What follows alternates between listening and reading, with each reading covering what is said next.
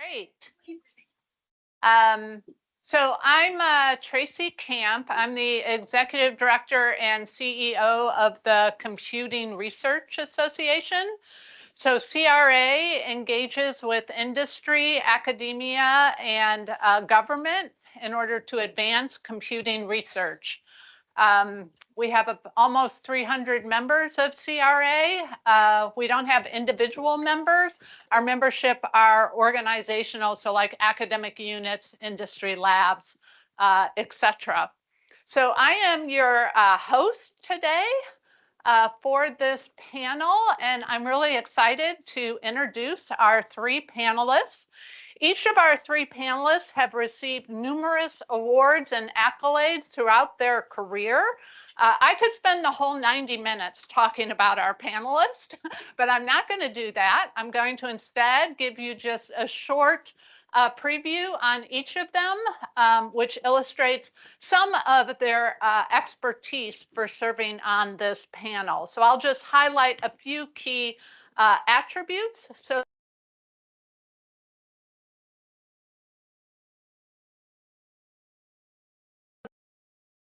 amazing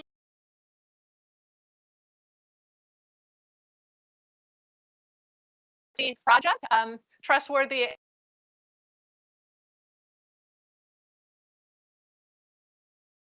Mary Gray. This is Trustworthy AI is a project that came to the Computing Research Association through collaboration with some wonderful people at Microsoft, like Elizabeth Bruce, who some of you may know. So we're very grateful for this project at CRA. It has received a lot of attention throughout the community. The number of applications we received for the pilot program was just off the chart. And it is going really, really well, thanks to Mary. So she is the energy and the brains behind leading the project with a lot of other wonderful members of our community. Okay, so Mary Gray is the senior principal researcher at Microsoft Research. She is an anthropologist and media scholar by training with a communications PhD from UC San Diego. Mary is well known for her human-centered tech research and community-driven innovation. Her work exposes technology's human impact, and she strongly argues that to build trustworthy AI, we must engage the people affected by the AI systems in the design and decision-making process. So you will hear that kind of theme of her argument throughout her responses to the questions, I'm sure. So welcome, Mary. It's thrilled to be here with you. Okay, Lester Mackey is next. So he is a statistical machine learning researcher at Microsoft Research New England and an adjunct professor at Stanford. Lester received his PhD in computer science from UC Berkeley.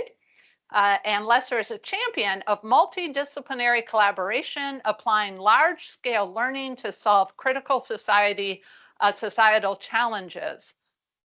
The research Lester has done demonstrates a powerful idea.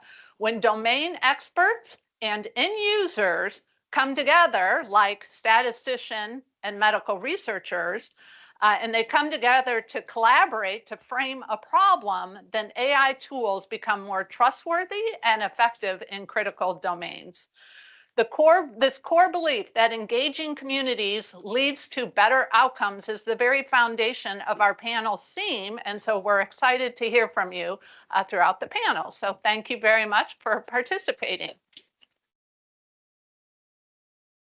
So last but not least is Bill Tees. Come on up, Bill. He is the co-founder and chair of Everwell, a spinoff from Microsoft Research that develops and scales innovative technologies for national health problems. With the CSE PhD from MIT, oh, that's a lot of acronyms right there, but I think most of us understood that. Bill is a true community-centered technologist.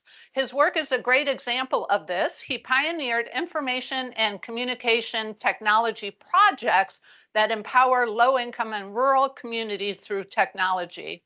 Bill enshrines a very cross-disciplinary approach His multidisciplinary team, such as technologists, domain experts, and community members, highlight that inclusive design improves adoption and trust, a very relevant lesson for AI. So welcome to the panel. Bill, great to have you. So each of you brings a different lens to the panel. So we're excited to have you. We have anthropology, we have machine learning, we have information and communication technology, ICT 4D. So I want to start with one question for all three of you, and then we'll move into specific questions for you individually. So to start, the first question for all three of you is, what is one thing you've learned from a discipline outside your own that's changed how you work? Super. Well, thank you so much for the warm introduction. Great to see so many familiar faces in the audience and new faces, really inspired by the CRA fellow cohort that I met earlier this week. And yeah, to kick it off, I think, I've really enjoyed working in interdisciplinary groups. I can tell a story, actually. This field called Information and Communication Technologies and Development, real mouthful, ICTD, started as crossing the disciplines of social sciences and computer science. And my background was in computer science, and kind of the founders of the field had to argue and decide what counts for acceptance into our premier conference. And the most fascinating thread I've seen on this is a debate, kind of very intense kind of exchange between Jenna Burrell, who's faculty at UC Berkeley from the social science side, and Kentaro Toyama, who at the time was my manager at Microsoft Research, computer scientist, and just with huge respect, fighting about what counts as valid research and what we should accept to our conferences. And that was so eye-opening to me. And if I had to summarize, if it's things like generalizability that we believe often as computer scientists, that everything should be generalizable, and we should sample, we should extend, it should be as scalable as possible. Jenna's point is that the more general it gets, the more boring it is. I mean, it's less interesting. It doesn't matter. You didn't go in depth. You didn't find something unique. Not generalizable is a feature, forgive me, some people would say from social science, as opposed to a bug.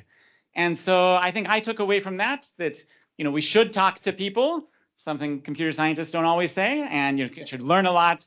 There are specific research studies where actually, there was randomized trials, for example, of impact of mobile phones in South India on the fisherman community, where they found big generalizable effects, so-called. And then actually Jenna and her students went and interviewed the fishermen and found why it was working or why it wasn't working, why it wouldn't generalize, even though the economists said that it would. And so I think that was really eye-opening for me. And yeah, now I try to talk to people from time to time. So.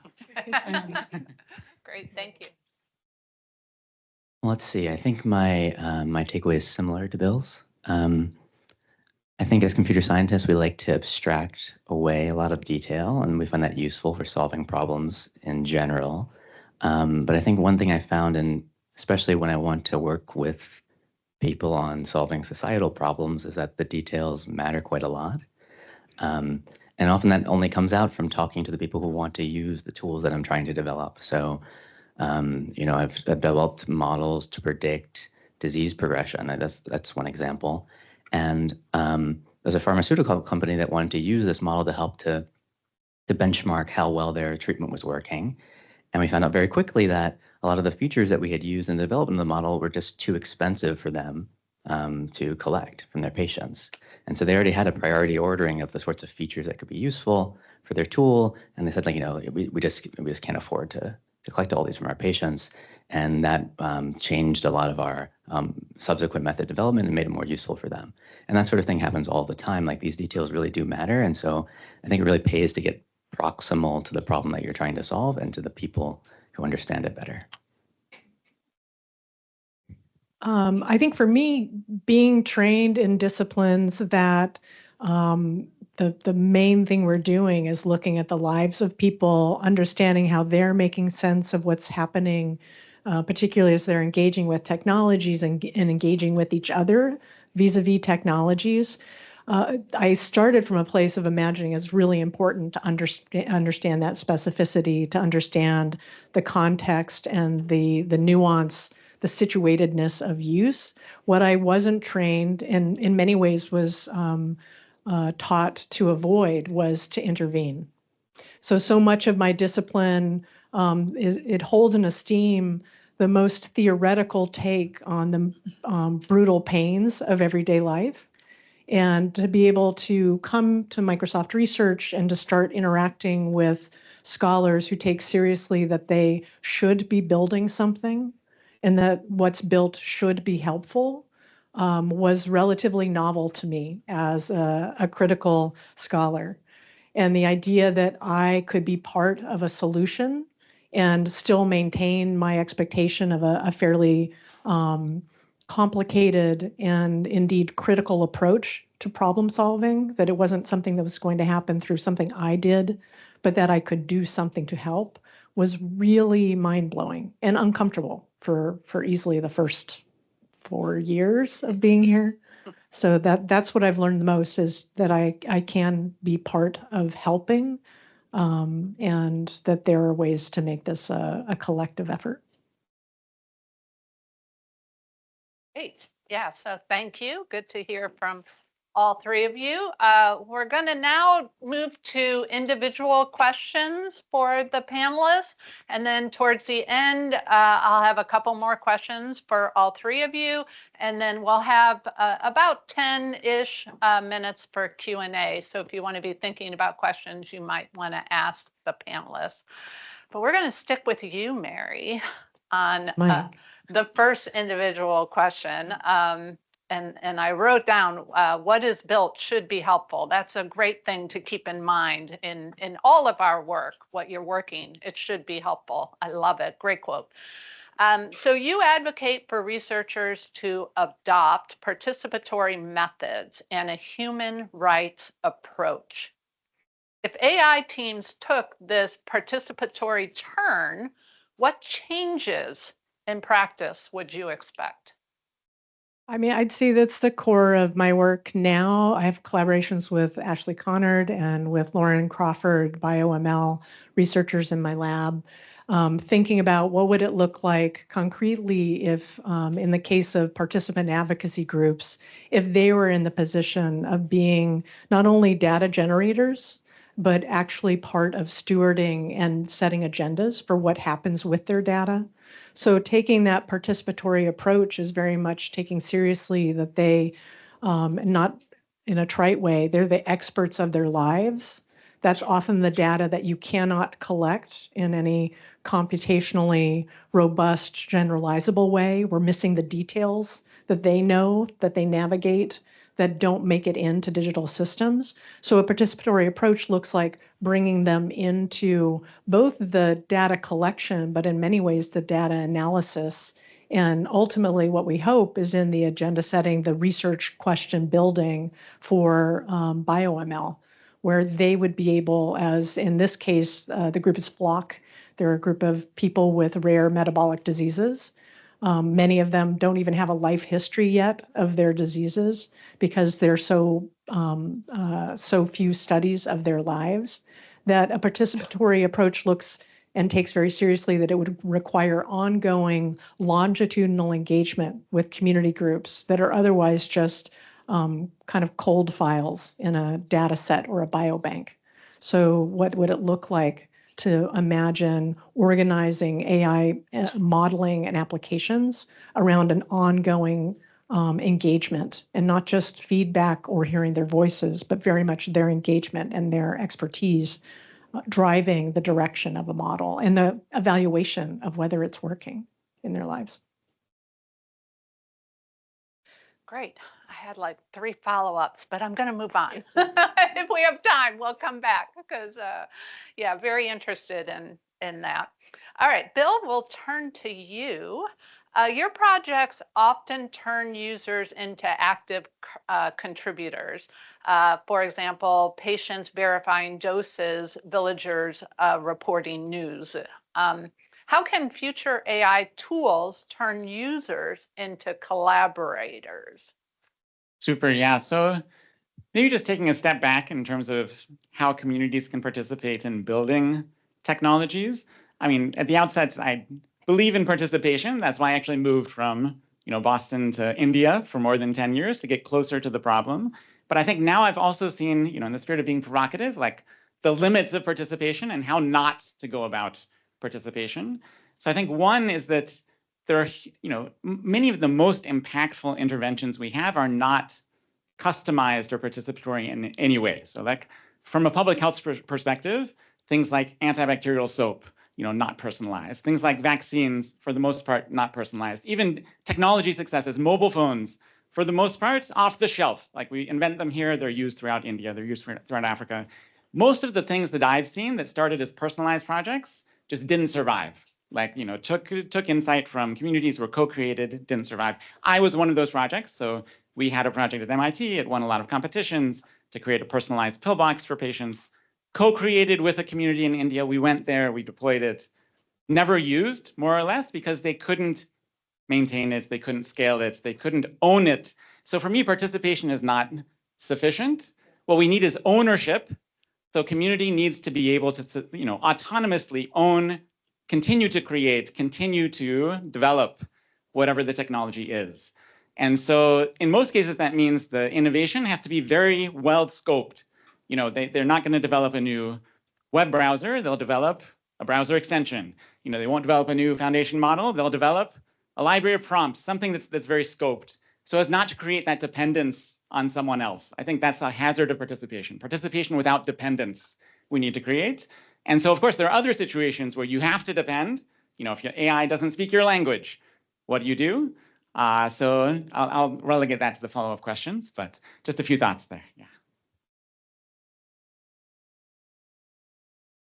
Esther, your projects in health and climate involved working closely with domain experts, doctors, client scientists, for example. What have you learned about integrating community or expert knowledge into the AI modeling process? Well, I think that's mostly I learned that's essential. I gave that example earlier about having to refine our model in response to how a user, or the pain points of a user, in this case, a pharmaceutical company. I can give another example. Lately, I've been working with the Gates Foundation on understanding how to inform farmers' planting decisions. And this came about because of work I had done in the past on subseasonal forecasting, so predicting temperature and precipitation 2 to 6 weeks out, which is relevant for the sort of planting decisions you want to make in East Africa. And so they came to us thinking, okay, well, you've done subseasonal forecasting, maybe you can help us. But we solved a problem. The problem was predicting the weather. But that's not exactly the same problem that a farmer is trying to decide, right? Like you can predict the weather, but that's not exactly what they care about. They want to know, do I need to plant my seeds today? That's the problem, right? So we had a convening around the subject, and we brought in the people who are on the ground, helping the farmers to make these decisions today, people from the Kenyan Met Office, had a lot of the information about the weather data that's being collected and how you can form new weather stations and what it takes to maintain them. And we came away from that knowing much more about the problem, the scoping of the problem. And I think actually this narrow scoping perspective is a really important one, because we learned that first, weather quality data, the quality of weather data is actually quite poor in a lot of East Africa because there are many fewer weather stations, many fewer than in the US. We also know that now that there are a lot of constraints on improving that weather quality because it's really hard to maintain these stations.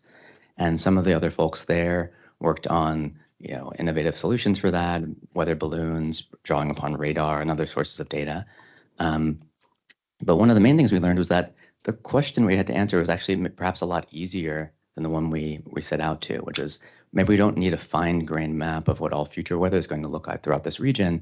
Maybe we're going to solve a much simpler problem, like can we predict the onset of this monsoon season this year? That potentially is a much easier problem. And we also saw the sorts of solutions that the people on the ground were already using today. So whether or not we could help, someone's going to make a planting recommendation, and there's already a system in place for doing this. And so we came away thinking, okay, well, an easy first step is, can we improve upon what's done today? That's already an easier problem. And a lot of that is just done through hand-developed rules, from experts who've been either been farmers or been with the farmers for years, thinking about, okay, well, how much soil moisture translates into, likelihood of monsoon onset.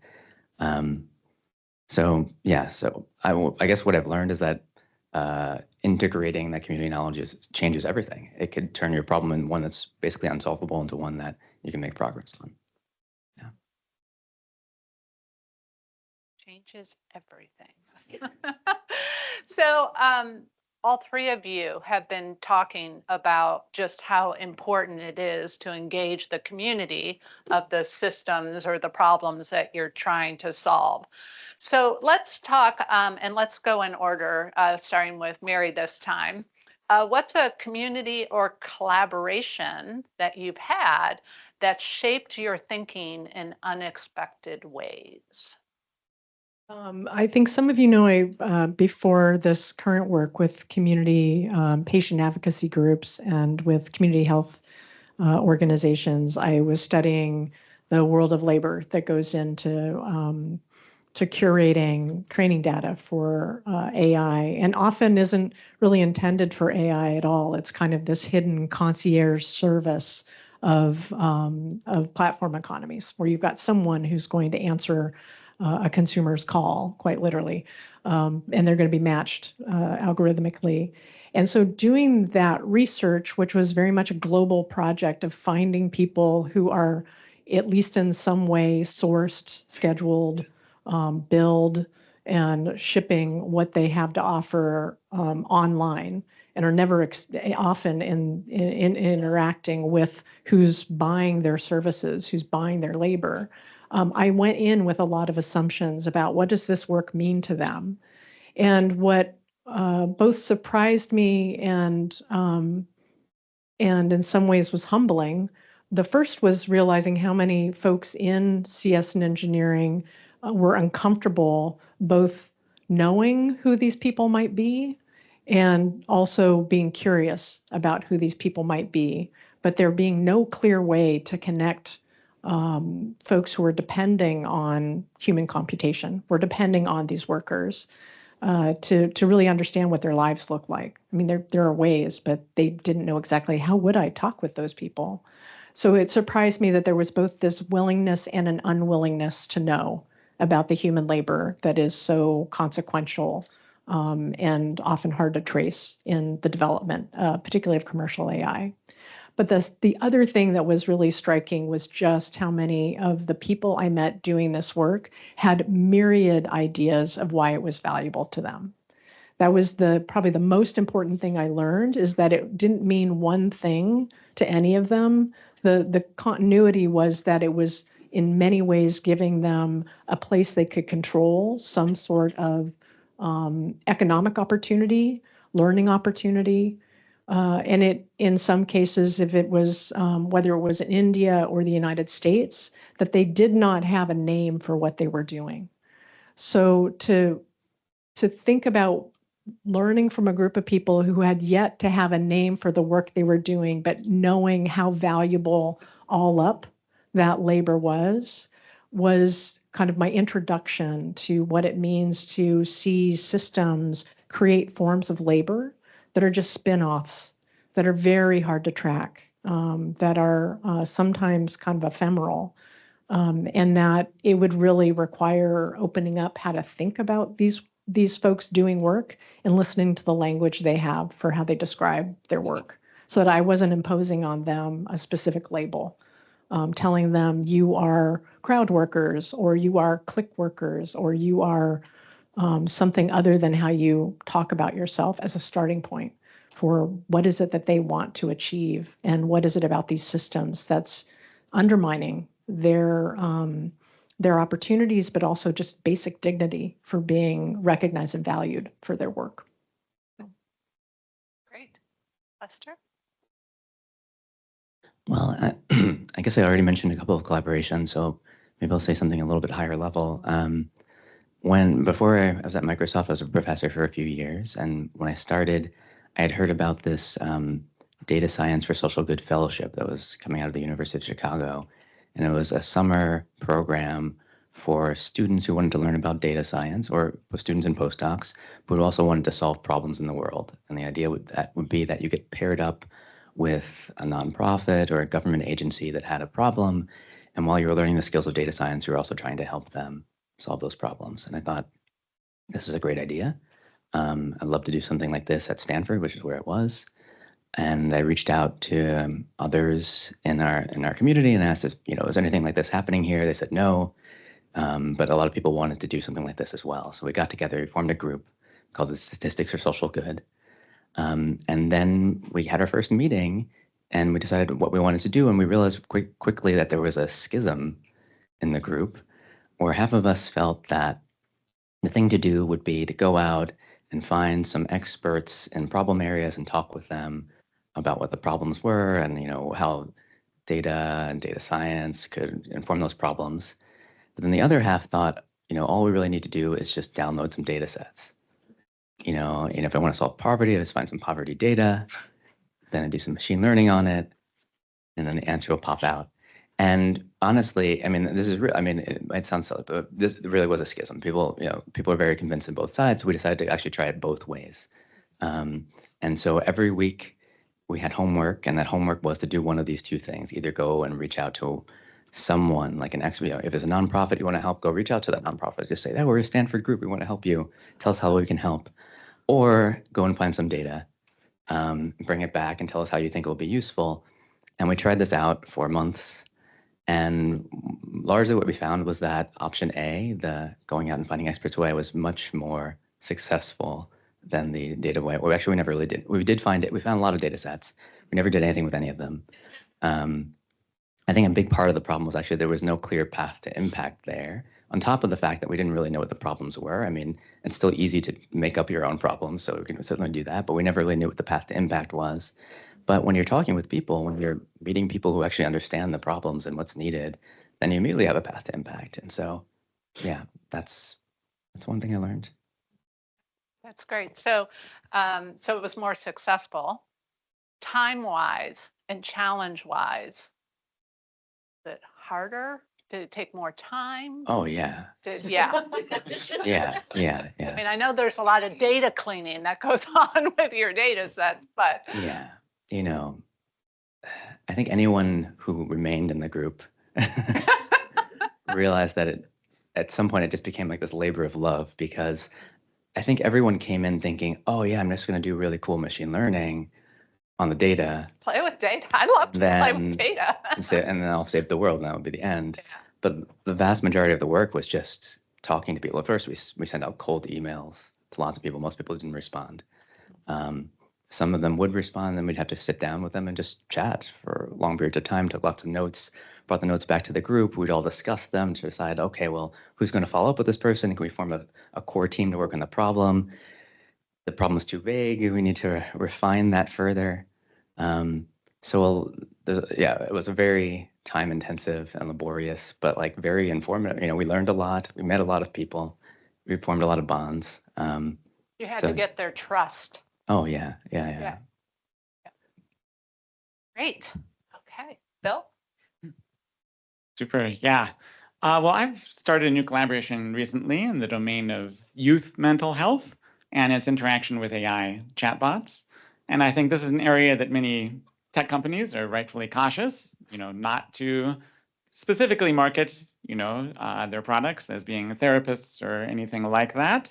But the reality is that many people now are using available technology to substitute for lack of availability of other kinds of mental health care and so on.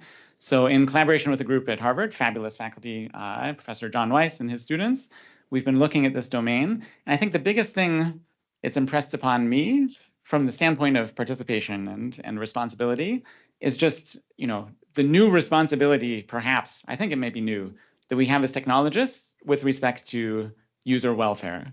So if you survey people now, there's a paper that has surveyed users of Replica, which is one of the personal AI avatars you can talk to, where many of the respondents said they now had developed a therapeutic relationship with the bot.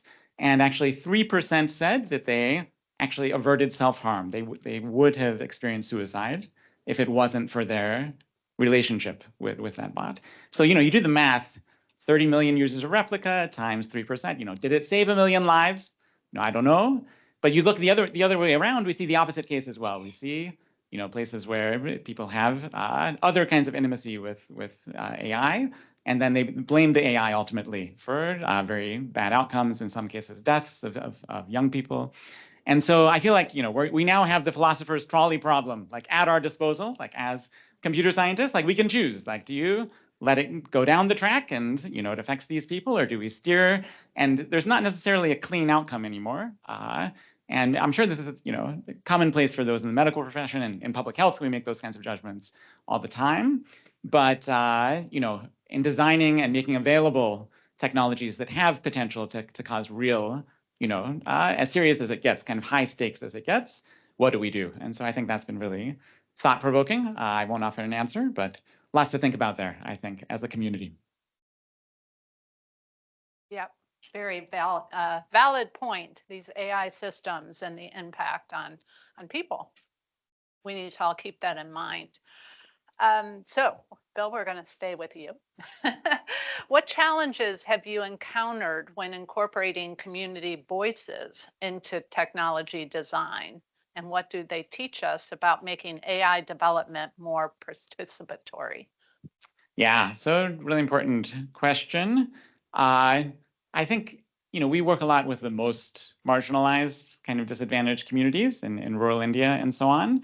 And if I had to summarize, I think especially there, but even in environments like this, it's tough for people to engage productively with technology. I mean, what I mean is to have the desire to improve the technology that you're using from a participatory standpoint is a very high bar. I'll just give an example. Like recently we were on a WhatsApp chat with an organization, and there was dissatisfaction that some engineers may have been using ChatGPT too much in their role as part of the work that was going on. And so there was actually kind of a directive that, okay, anyone that writes anything that looks like it came more from AI than a human is fired, right? And so I think the first instinct, when we don't like the technology, is not to go and try to improve it. It's to just stop using it or stop others from using it. I think that's more common as a way of participation. So how do we take that mentality, I think, and convert it to one where they are participating, as Mary was saying, participating in the design or improvement of technology? That's a huge kind of transition. I mean, that's like, first you have to embrace using it in a certain way and then, feel empowered enough to improve it. And so I think, if there's any approach to that, it's kind of less about using technology and more all becoming activists. I mean, I think, especially when we're dependent on tools that we can't directly develop. I mean, some of us in this room can develop, but if you're a health worker in rural India, you probably can't develop the actual technology. We have to mobilize and then, create very visible examples that people have to respond to get the attention of technology companies to actually respond to the most critical cases. So I think participation via activism. I don't know if there's a word for this. Is this activation or something? We're gonna need more, because I think it will be less of a high bandwidth interaction and more of point examples where we're elevating emergencies that need attention. So. All right, great. I don't know if I'm going to use that activation. No. Words are so important. Yeah, we need to work on that one, I think. I'll but it's, titles of things are so important, just as we were talking earlier about choosing Trustworthy AI for this specific project. That was a long conversation to think about what to name this project. Yeah, words are important. So thank you for throwing an idea out there. Thank you for throwing out the idea. Mary, in your view, how does community-based expertise contribute to trust in AI systems? So for me, and I'm working with a very specific position on what's the future of artificial intelligence. And it's coming from studying the last decade of what got us here. And it is a belief that data will continue to matter, and that we've just picked all the low-hanging fruit that has produced large language models and image generators, and that we will now if we want to model decision making, sophisticated decision making, especially deliberation, groups deliberating to make decisions, it's going to depend on what we already see from Bill's work, from Lester's work, that expert knowledge is a key that unlocks the value of different levels of data. It also tells us what we're not going to see in a data set. So you can throw a lot of sparse math at any problem. And at some point, I am banking on there will be a continuing reach for what we have my co-authors at RSRA and I called the last mile of automation. So that automation's last mile of reaching to get something to be a full closed decision-making loop, that what interrupts that is like, oh, somebody new walked in the room, or climate crisis is changing how I would need to predict things, and I would have to update my priors.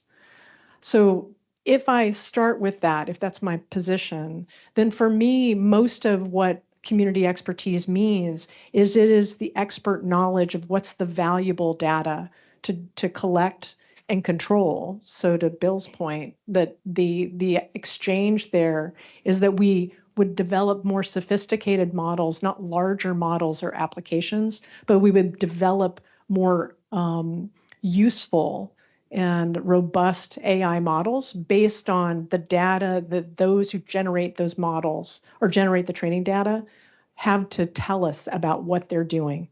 That what's called situated knowledge, a jargony term in my world, that there's a way in which that will become this really important piece of the puzzle of advancing artificial intelligence. I mean, the alternative is we all wear sensors and we put sensors on our kids and our cats and our dogs and then just see how that goes. And in our fields and in every medication I might swallow. Like the alternative is sensors on everyone, everything, every moment. And for me, the alternative is a very different deliberative exchange with community groups that are generating that data. That to me is the future of AI. And so when I'm thinking about what's the role that these community members are playing, it is quite literally that they are helping us understand what is it that you are doing, rather than trying to find the typical use case in a data set. So I think it really, if you're someone who believes in the singularity and that you don't think we'll ever need data anymore, or synthetic data is enough, let's come have a chat during the reception, because I'm banking on this continued need for data as the secret sauce of making. I'm going to talk to Moshe at reception about why generating chat is not going to get us out of this pit. I know. Situated knowledge. Do you call that SIT-NO for short? I do not. Just trying to get a term up here that we'll all agree on. Okay, so no SIT-NO. Okay, Lester, you're next. As someone who straddles theory and real-world application, how do you ensure AI models are trusted and adopted by the communities they're meant to help? So I think it's a difficult question. I think there are many layers to what trust would mean for a user of technology. I can mention a couple of things that I think are maybe necessary, but not fully sufficient. So I think one important aspect of trust is transparency. And so I can give an example of that sort of thing. One of my former interns has been running this project, again, in collaboration with the Gates Foundation. It's called the Shearwater benchmarking project. And it's all about benchmarking these weather models, these subseasonal weather models. And part of the goal there was to take all of these different methods that are coming out of different groups, including our own, and putting them in the same place so that a user of this technology can learn what it is that they're getting and what their other alternatives are. Part of it also was to incorporate somewhat non-standard metrics of quality that are coming from the farmers and the people who provide recommendations to the farmers themselves. For example, these sort of like monsoon onset predictors and how well you can anticipate a good planting time. And so now we have this benchmarking suite, and we've been both showcasing it and refining it based on feedback from our collaborators in the government and from the Gates Foundation and from those who actually provide these recommendations to farmers. So I think that's one access of transparency. People can know what you're getting. I think often we're in a different scenario where you in isolation are making a solution, and that's the only solution you're going to present to your potential clients, your potential users, because, well, you have a vested interest in that one. And I think it helps to know that indeed you have lots of options, and maybe mine is not the best, but you can make the decision for yourself. That's one axis. Let's see. I think another is comprehensibility. So I think this is something that's often lost, I think, with machine learning solutions. Black box. Yeah. Lately, we've been developing these, weather forecasting models that are based on machine learning and also based on physics. And we've been trying to bring it to the attention of scientists. We want meteorologists to be able to use these and incorporate them both into their daily workflows and to use it to make decisions about water management and fire management. But a first question that we get is, why, how is this different from what we were doing in the past? How is this different from like the pure physics-based models that are used operationally? And why is it better? Like we can often show some metric of quality, like, we predict temperature better, but they're asking, why is that? Like, what is it about the weather that led you to come to that decision? What is it about the past state of the earth that brought you to that conclusion? And so we found that alongside the tools for actually doing the prediction, we're also been building out tools for explaining those predictions. That is like, identifying the drivers of the prediction that lead to additional skill on top of the past physical models. So those are two, I think, necessary things. I don't think that's everything for trust, but that's something. Yeah, this was, I think, a really big question. How do you ensure AI models are trusted and adopted by the communities they're meant to help? So I'll give Bill or Mary, do you want to add anything to that? Yeah, great points, Lester. We've also started doing some work on trust in the context of India. And so recent exploration with a recent PhD grad, Anandita and Mohit Jain, actually surveyed, when people use a chatbot for health information, what makes them trust the output?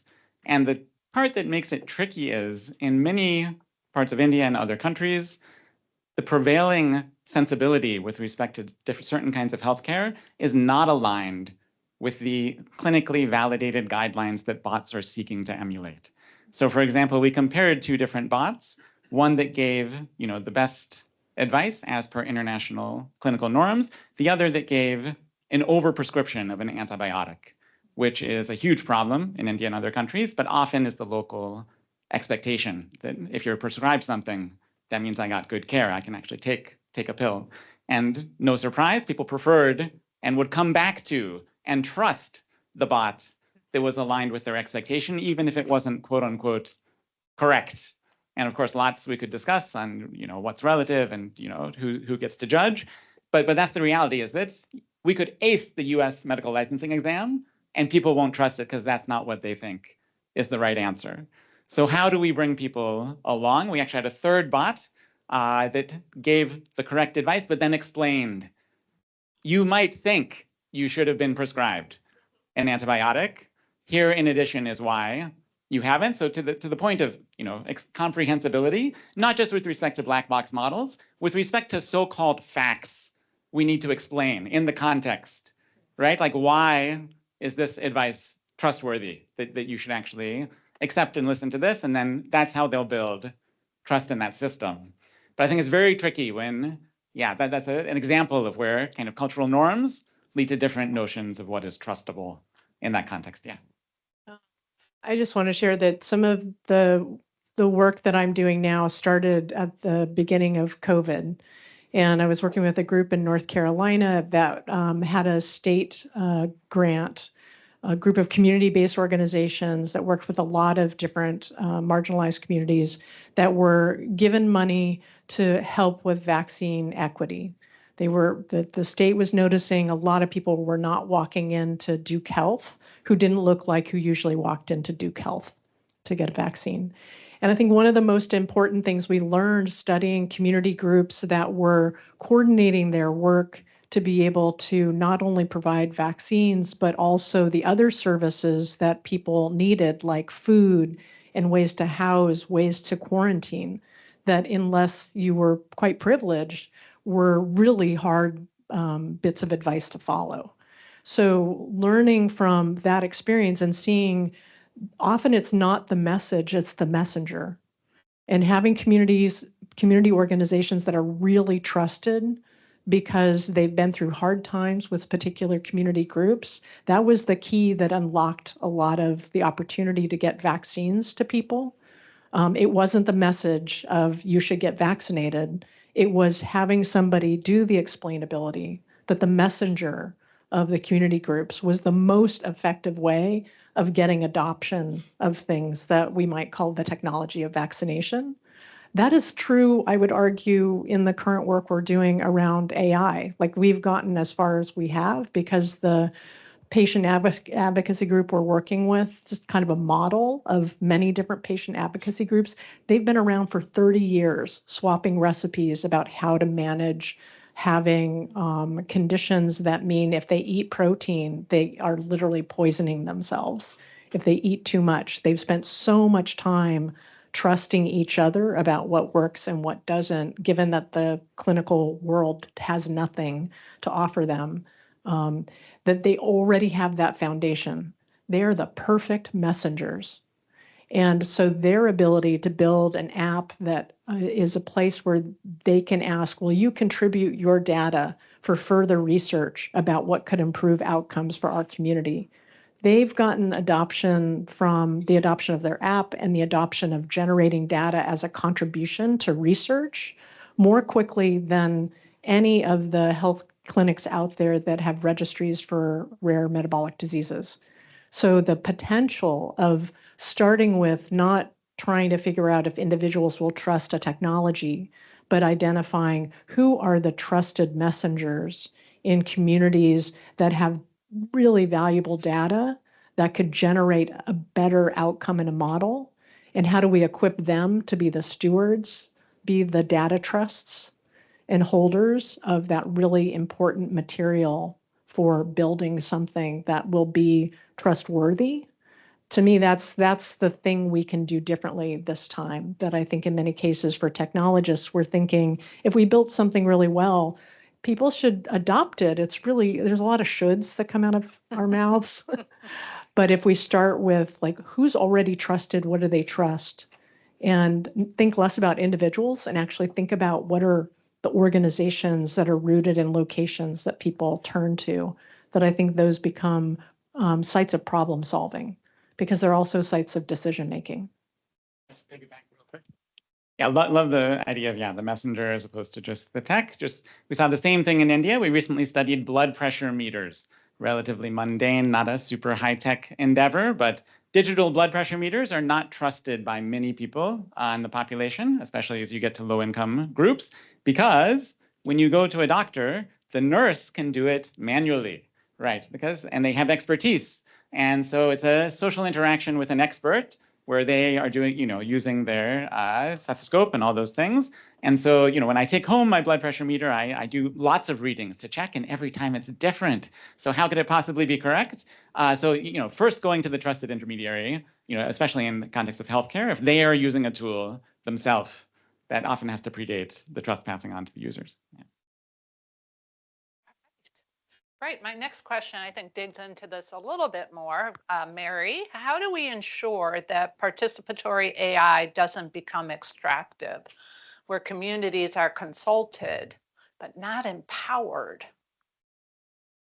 So I think for anybody in this room, you might anticipate what I'm going to say is that I think we're entering this really distinct moment in the industry that is producing a technology that is very difficult to democratize. It's one thing to be able to create a piece of hardware and software and have individuals hold it. It's quite another to create what I tend to spend a lot of my energy letting when I'm training community groups about what is AI. The first thing I say is it's software. It's really powerful software, and it has two ingredients that most people cannot control: a lot of computing power and amassing of data. So for me, one of the main blockers that and opportunities for industry is to see we have so many ways that AI could become a really valuable resource if we see it as something that guarantees to someone that, sure, you might not have your own set of servers in the back of your house, but you do generate the most important data. So how would we ensure that when somebody's generating data, that they know exactly what's happening next? We haven't even begun to ask that question because we've treated data as just something that's kind of out there in the public for us to take. And I think in many ways, we're reckoning with what is the cost of taking what we can and not having to ask for it. And so what will it look like for computing research to imagine that data is, in my mind, literally, quite literally, when I see data, I see the traces of people interacting with each other, people interacting with digital systems. I do not see the things that my colleagues often see, something that they'll be able to extract and generalize and compute over. I literally see people's lives. So when computing research, and I don't think it's an if, when it starts seeing data as something as precious as someone's blood, and that there are ways in which you handle with respect and dignity, even the right to ask, can I access that to learn from you? Like that to me is a opening, a way out of what is otherwise destined to be another extractive model, that we're just going to continue to rapaciously try and figure out, where can I get more data? Maybe I can go to some place and go to them and say, you know, you don't want to be left out of the model. Or maybe I can find a place that doesn't even realize they're generating data and I can just buy it. So I feel like for anyone who's invested in a future of trustworthy AI, really looking at how computer science and engineering could shift its frame of what do you see when you see data?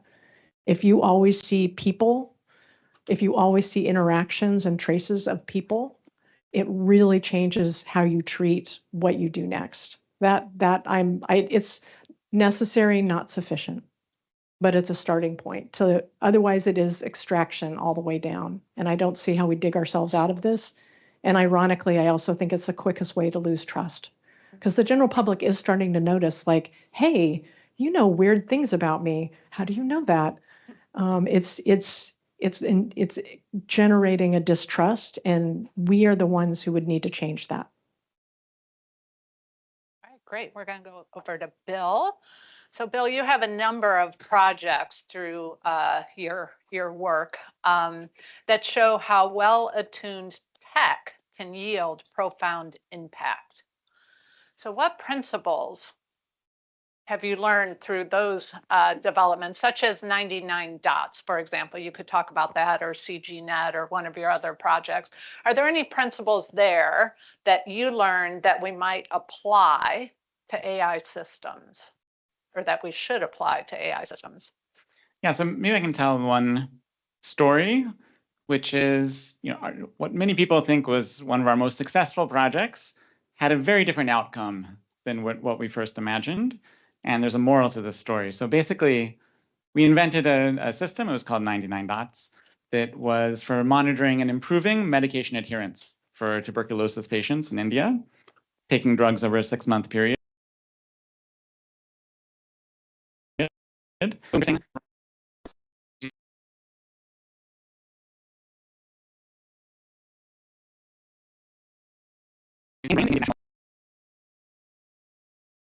Of patients and created a movement, many people around it. I spent many years getting as many people as I could to use 99 dots. And the story that's less often told is I spent equal number of years getting people not to use it. And the reason why is that often in pilot settings, we have the best possible combination of, institutional capacity, technical capacity, ability to benefit from technologies. When it went to a very diverse scale in a place like India, we ended up not seeing kind of the outcomes that were measurably better than when we started. And so we had to be true to that data, and we could get into the reasons why. But what I'm coming back to for the moral of the story is there was a different orthogonal and much bigger benefit to the project, which is by bringing this technology, we brought a lot of people together. We had government in the room, we had global charitable foundations, technologists, social scientists, everyone was there.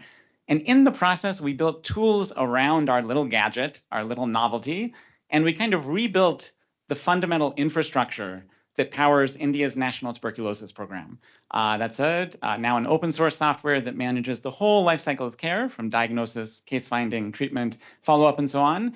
That platform now runs the national program, has enrolled over 100 million people, has dispersed $400 million in government-sponsored benefits to families, and is now viewed as a very successful outcome.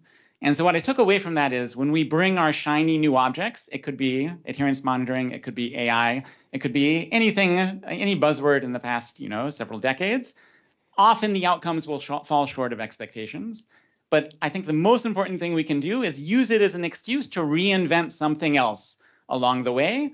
It's almost like, I hesitate to use this analogy, but almost like a benevolent Trojan horse, where the innovation is the horse. You roll it up to the pearly gates of kind of the red tape that everyone wants to break through. Government actors want to break through the red tape. The funders want to break through the red tape. You have entrenched systems that everyone wants to change. No one knows how to change them. Open up the pearly gates because everyone loves something new. They love technology. They love something else. It goes inside, and late at night, out come the people from inside the horse, and they're there to fix the infrastructure. Okay, the innovation was just to get through the gate. But I feel like that was our journey, is that started with something shiny, got everyone together, and then made a much more fundamental, invisible, in the background change that I think was very positive. So how can we use that excuse when we bring AI to a community? Let's give ourselves permission to let go of the original application, the original expectation. Not everything needs to work, but everyone at the table is so rare. And can we create a more important change because everyone is there and motivated to reinvent the system? Great example. So Lester, we're going to get into your climate forecasting work a little bit. So you mentioned that work earlier on. How did you navigate the politics of data ownership and trust with local stakeholders? And is there anything that AI researchers can learn from your experiences? Okay, well, this is an interesting question. So a lot of the data that we gather and that we use to train our models and to evaluate our models are made publicly available by governments. So a lot of it comes from the US government, some of it comes from European governments, some from the Australian government. They make it available as part of their regular operations because part of their mission actually is to produce that data, which is then consumed by others. And you might think of that as, and because it's weather data in particular, I think it's easy to think of it as data that's unrelated to people. I think perhaps that was my perspective of it for quite a while too, but there are a few things that have changed that a bit. And one is like a pretty recent interaction. So this summer I've been working again on building up better forecasting models. And we get a lot of data from this one site. It's called the IRI. It's a data repository, and it hosts data from many different government agencies in a common format. And what we noticed as we were going through the data set this summer was that some of the data looked a little bit suspect. First, some of the data was just missing. Okay, well, that's maybe easy to identify as a problem. But sometimes it was a much more subtle sort of problem, like all the data points were identical, even though they're supposed to represent different forecasting models. And so we spend a lot of time just interacting with the maintainers of the site, who we've gotten to know quite well now. And they're great people, by the way, and they're very responsive. And so I've talked to them about individual data points in their data set, and they would go, and I saw this whole human process where one of them would say like, oh, I wonder, that's strange. I have to go and see what happened and go back to an individual file that they downloaded and from another source. And then they would, delete that file, download a new one. We've been going back and forth, discussing whether we think, all the data points match what we would expect. And I see that like through this portal, which comes through several steps of release of data and processing, that there's a very human process that's like produced the data set I'm using. It's not just the weather. It's not just like, a fact about reality. It's that fact passed through a human pipeline. There's another strange way in which this data is not simply just given to us by nature. And that's, we are able to take measurements of what's happening, measurements of the temperature, of rainfall, that sort of thing, but we can't take them everywhere all at once. And so what we actually do is we take them in some places at some times, and then we build out models, in this case, physical models, to interpolate the rest. And those are models that were developed by people. The data that we often think of as the ground truth when we're forecasting and that we use for evaluation isn't actually data at all. It's really a combination of our measurements and our models. And that, I think, has its strengths and its weaknesses, but I think it's just a fact that even the weather data that we use really is a combination of truth and humanity. Yeah. So I would say there on political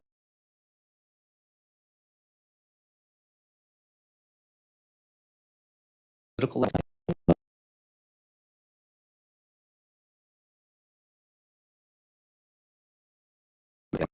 Great.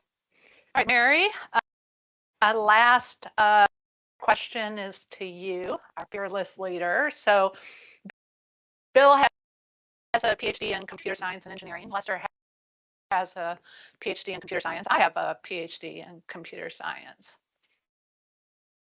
You're an anthropologist working with computer scientists. So what annoys you the most about us? No, actually, that's not the question. That is not the question. What unique value does this interdisciplinary mix bring to AI projects? Or what annoys you the most about computer science? I was joking with someone, and I'm working on a book project right now, and I was joking with someone that I think I have been studying computer scientists and engineers for more than a decade, and I think I have been getting ongoing consent for that. I hope that's true. And it's such a hard question because I think in many ways a good book for you to write. I hope it will be a great book that people will appreciate. And I think in many ways that the thing that I still love about being where I am is that I am constantly having to learn a field that is unfamiliar to me. So the thing I love most is the willingness of computer scientists to teach me. Like I have the best teachers. And I have also joked, I don't think my ilk are very kind. I think critical social scientists, humanistic social scientists can be kind of cranky if they're not talking with their own. So what I love is that when I'm engaging my colleagues, there's such a willingness to not only teach me, but to ask me questions and thankfully be willing to kind of hear all of the preamble that tends to come with the way I talk that is not necessarily part of their training. So I will say in the category, what annoys me is the persistent attachment to causal inference. The need for causality to kind of come together, it just let it go, Correlation is where it's at. Endless correlation to the bottom. It's really fun. All the way down, correlation all the way down. Okay, so yeah, I wish I could jump on that causation bandwagon because I hear you. But what unique value do you see this interdisciplinary mix bring to AI projects? Yeah, I mean, I think up to this point, many of the things I'm thinking when I think about collaboration, I'm talking about these community members who I do consider experts. I actually think it's really important to hold out space for the disciplinary expertise that needs to also be at the table. So when it comes to what is that expertise, to build a system and have a sense of what is possible, it is so important to have someone who really does understand the limits of what is possible, and they're still willing to imagine, what if we didn't have constraints? So that combination within computer science and engineering, which is both theoretical and at the same time, when I meet colleagues like the folks here that are willing to say, well, there are constraints. So how would I work with those constraints? The ability to move between those two is unique. There are few disciplines that are oriented to building things and being willing to just kind of blue sky imagine things and then come back down to earth. You've got folks who never come down to earth, and you've got folks who are often too much in the thick of the earth. But to have this ability to move between the two and see what's possible and call out failure and pick up and go again is, I wouldn't say that I imagine it's unique to computer science and engineering, but it's certainly well developed and a very strong muscle here in amongst my colleagues. And yeah, it's the causation is still annoying, but yeah. All right, great. So now I have a question for all three of you. We're going to start with Lester this time. And while they're answering this question, the next thing will be moving to audience Q&A. And so in order to ensure everyone can hear any questions, if you could come line up here if you have a question, and you can stand where I am. And we'll do that for a few minutes, and then I'll have one more closing question. But Lester, what's a lesson from your work that you wish every AI researcher or policymaker understood? We'll go Lester, Mary, Bill. Okay. I guess a lesson is that it's hard to solve problems in isolation. If you really want to solve a problem, if you really care about the problem more than you care about the solution, then I'd recommend finding someone who knows more about it than you and talking to that person and seeing how perhaps you can work together to solve it. So, Mary? Every AI researcher or policymaker understood. What's a lesson you've learned? That understanding society is hard, and there are disciplines that exist that have spent their entire lifetimes developing theories, frameworks, and methodologies for understanding society, and that they're more needed than ever to be a part of creating something like AI that is meant to model not just individual decision making, but in many ways to create systems of decision making that we can debate. Like if we're just moving towards automating decisions, we are missing the chance to be democratic. So to turn to the disciplines and to actually see at this point, especially on campuses, there's nothing more valuable than the fact that a campus often includes an entire department of social sciences that would like to be participating, not in a mathy way, but in their training to contribute to what the future of AI could look like. I don't know why I'm turning to you two because you're converted, but that, and actually for my colleagues, that they have co-conspirators. They have folks that they can be collaborating with who happen to be in the computer science and engineering department. Bill? Yeah, I think I would say just a lesson learned that technology very rarely automatically improves equity in any dimension. You know, when it has. Well, it has in the minds of many technologists, which is the concern. I think, I mean, technology rarely solves non-technical problems. I mean, I don't know, I see the narrative increasingly, again, in the headlines for educational equity. that, now that, there's a personal AI tutor, education is solved for everyone on Earth. And many credible people are saying this. But this is not the first rodeo. Like the same people said that on the invention of radio. Like now we have real-time, audio to everywhere. Education is solved. Said it again with TV. Video lectures, anyone can get the best education. Said it again with laptops. They'll fall out of the sky. They'll go into your class. Everyone gets the same. Said it again for MOOCs, massive open online classes. Like surely now there's educational equity. And yet again, somehow people are fooled that because we've invented a personal chatbot, now, for some reason now, it's solved. It's ridiculous to me. I think obviously what happens is the best learners, the best motivated, most motivated, industrious, relatively well-off people are accelerating their learning with AI. They're spending 2 hours a day having personal tutoring. They do great. There's a huge swath of the rest of the world which is left out of that. And so we need to fight that narrative. Yeah. All right, great. Thank you. So when you ask your question, please give your name and your institution. Moshe Vardi, Rice University. And I want to build on your comments, Bill, now, and the conversation we had on Monday night. Microsoft India and Bangalore were the forefront of ICTD.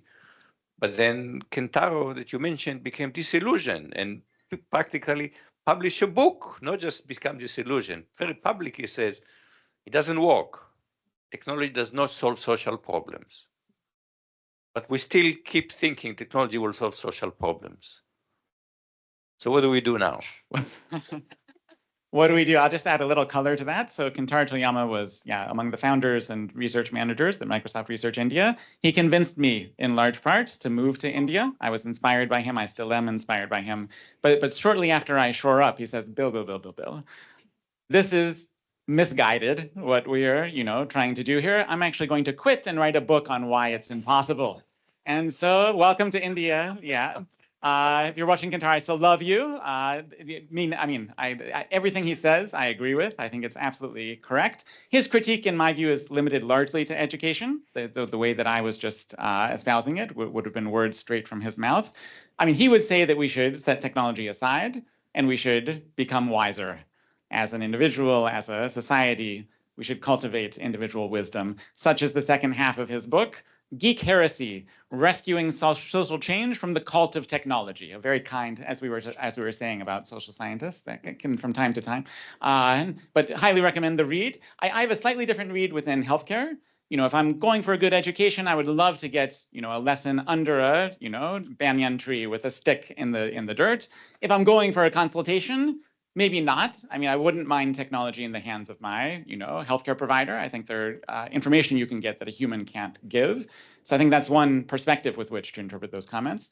But yeah, I think most people ignore the historical reality, and it's just human nature, I think, to want a silver bullet. Yeah. But obviously, some technology had been immensely useful. Think of vaccine, for example. Yeah. Okay. Yeah. So we need to be wiser about which technologies are going to work and which will not work. Yes. Yes, I don't know of any information technology that is as effective as a vaccine. I think that is the holy grail, and in a way that's very deceptive, that why can't we do as good as a vaccine has done? Mary has. Well, I think for me, it's defining who are we who are building this thing that we think will solve all of society's problems. Because if you're starting with people who have never been trained in what constitutes a social problem, and you haven't been trained to learn from people who are solving their problems, how exactly they understand their problems, it could just be we've had the wrong team. So I don't mean that as a disrespect to any technologist in the room, but to feel as though technology has failed because technology doesn't seem to be taken up and solving social problems, it might literally be because we have not approached it with the more interdisciplinary approach to what expertise would you need in the room to build something useful for society. And the elephant in the room is, up to this point, most of technology driven by industry has been treated as a consumable good.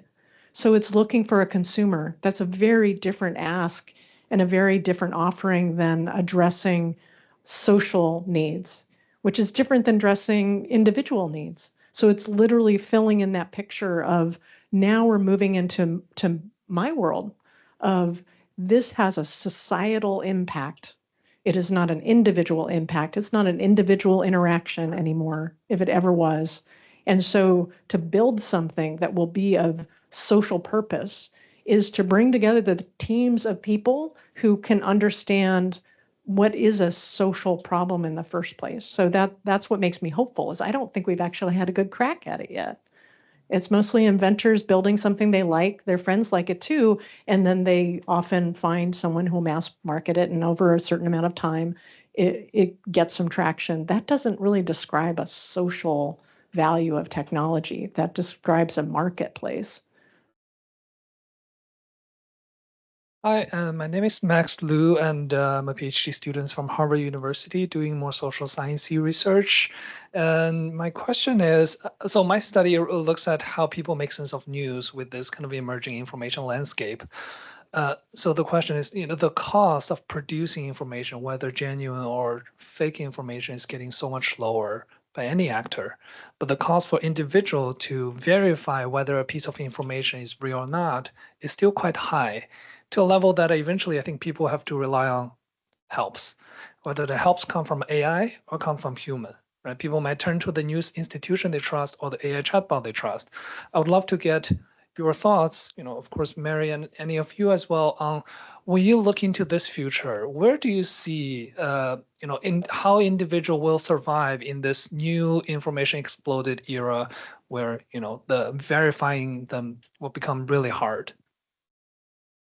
I'm going to offer a citation, which you probably have read, Katz and Lazarsfeld. So earliest studies in communication were about trying to understand what is the two-step flow, the idea of how people get information and what influences them. There's really foundational work in communication studies that was there. In many ways, its history is trying to understand why propaganda worked. How did persuasion work? And so thinking about this problem less as now things are really accelerated, and historicizing in the way Bill was just suggesting, I think gives us a way into thinking we have always in human communication had ways in which we listen and have trusted messengers. And we always go through these very disorienting moments. One of the ones I've been thinking about writing about is not just when the camera was introduced, but when it became a bit more popularized that you actually could have images, and you were not used to seeing an image reproduced. And it was actually, there was a whole world of fraud that came out of that moment in the 20s of showing the ghosts of your beloved who had passed away, and charlatans would give people pictures that they had doctored that would have images, because people were not used to looking at a photograph and thinking of it as any sort of evidence. So it was disorienting. We are in a disorienting moment. We are always disoriented when we have new modes of taking in information. And empirically, what we know, people retreat to trust. They retreat to who do they believe. And I think that goes very much to your work, Bill, is that if someone doesn't feel as though they can trust their neighbor or trust their family member or the typical people they still go to, and if social media has become a bit of a stand-in, but also an extension of, I have friends online who can tell me things, we're all grappling with what are the ways to offer information systems that become perhaps trustworthy, but also verifiable. Like the way forward will not be trying to prove what's genuine and what's false. The way forward is to introduce, and I'd say it's reintroduced to everyone, that critical capacity to start analyzing, what is it that I have here? What's the source of this? And then to be able to have a conversation with someone else who disagrees with them. Like, thank goodness, that's a liberal arts education. Actually, the shortcut is that liberal arts education of learning how to trust and verify has become even more profoundly important. And the more recent example we have of this is, think about relational databases. If you start thinking in terms of relevance, it changes how you orient to information. If you're not someone who grew up learning about the relationship across books in a stack in a library, you would have a very hard time going into a library and trying to figure out how does the information connect, right? it's certainly possible to learn how to orient to a library. That is very teachable. Orienting to how to process information is one of the things we knock out of the park as humans. What we absolutely have to have are teachers we trust.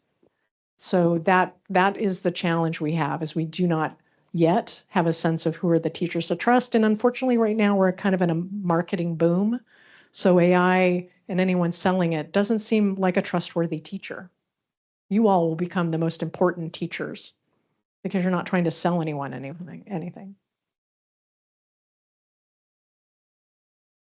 Hi, I'm Jayshree Sarathi. I'm at Northeastern University in the computer science department.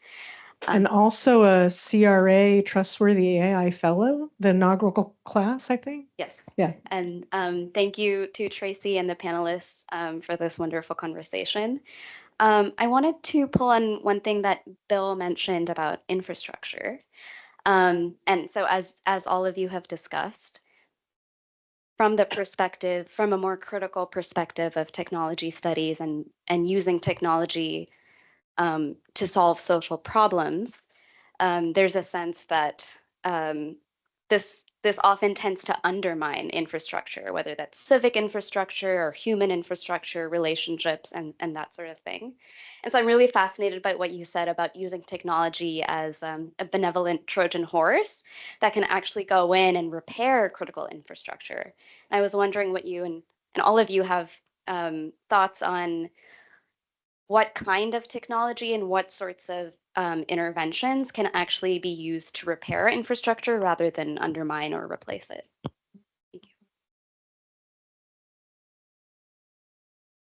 Say there is this benevolent Trojan horse experience happening in my own work this summer. I mentioned this interaction I'm having with the good people at IRI as we find more data that's corrupted. And one thing I take away from that, or that I realize now, is that even if all of the models that we build fail, we'll have at least improved the data source at IRI via this process. And it's a human fix. It's me and some individual who's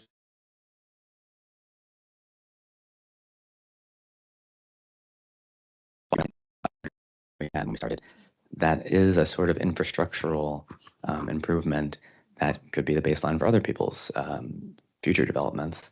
So and that's all I really had to say, but just another example. Yeah.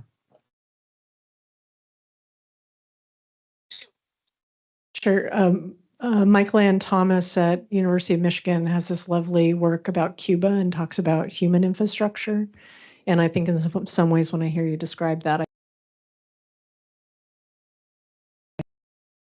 I actually think another way of the Trojan horse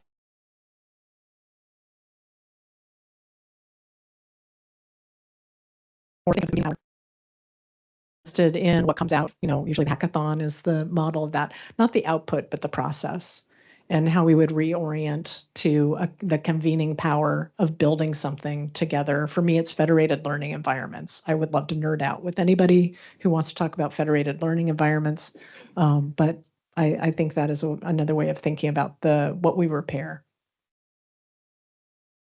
Another way I'd sometimes say it is we shouldn't ask what a technology can fix. It's what the technologists or whatever other disciplines, with the skills we bring. So computational thinking, defining the problem, measuring progress, iterating on that. That's where I've seen the impact come, is when we can set our gadgets aside, come as people with the skills we have. That's the question. Thank you. This is Hong Jin. I'm from Harvard University. I'm a PhD student right now. I'll be really brief with my question. You mentioned this tension between generalizability and unsituated knowledge and the importance of participation and contextual knowledge that requires a lot more customizable interactions. I'm curious to hear your thoughts about how to balance the generalizability versus situated knowledge. What are some pathways for practitioners to balance them?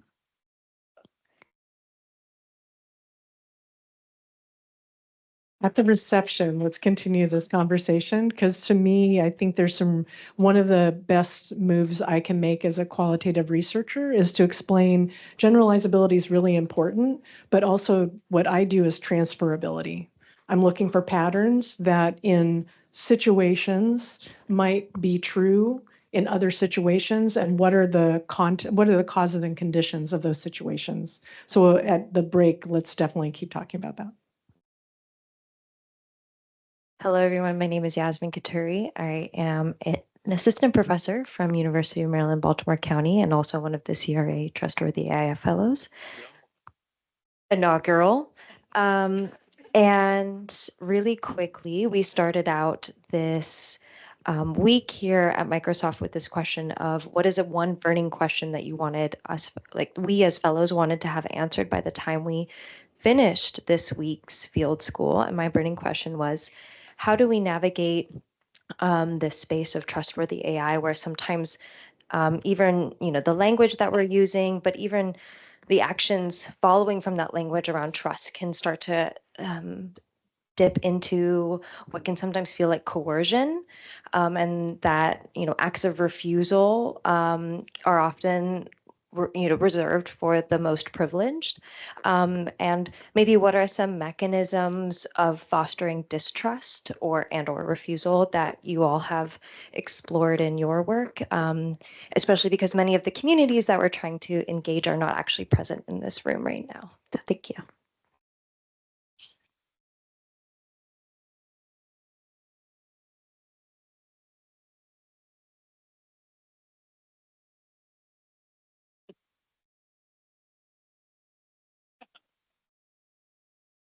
Can't tell if you want or not want. Like, no, I was just going to say, I think, it was fascinating to me, 20 years, 30 years ago, the free software movement. Yeah, as of 2 minutes, it'll be exactly 20 years.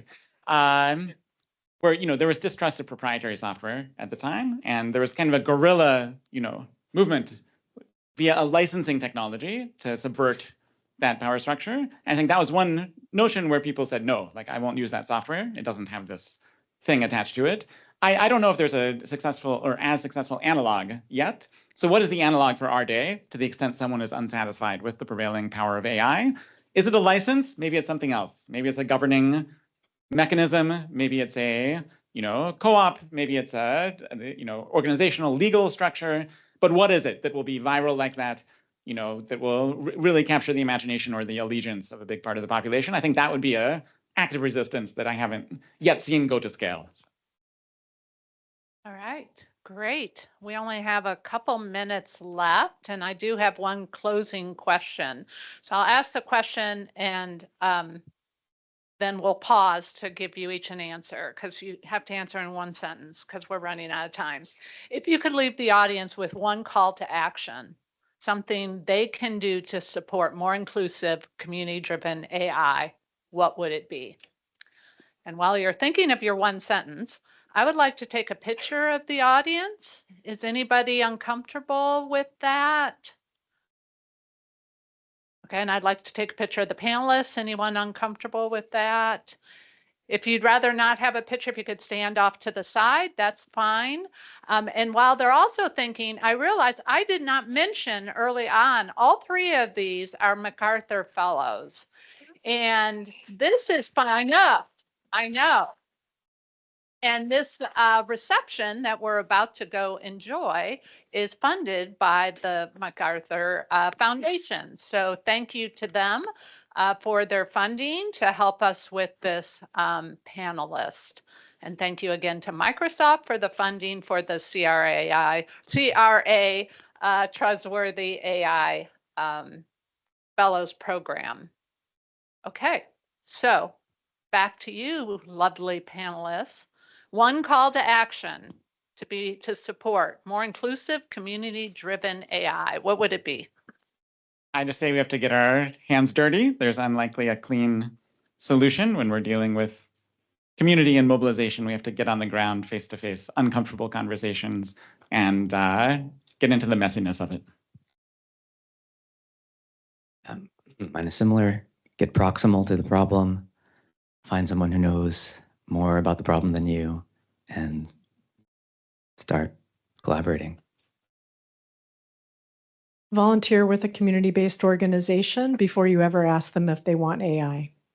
And I'm making it one sentence. And if they ask you for a definition of AI, start with its software and see how it changes the dynamics. Okay, fabulous. It's 5:01. Thank you, panelists.